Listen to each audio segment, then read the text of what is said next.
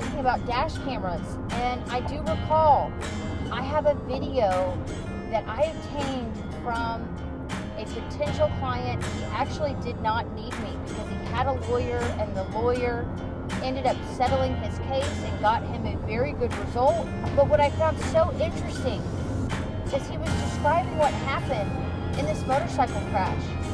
And he said, immediately I was blamed for the entire wreck. He said, thankfully I had a dash camera that captured the entire wreck on video.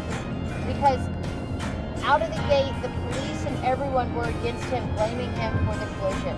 And there were no witnesses. It was late at night. And that dash camera flipped the script, and guess what? He is getting a settlement.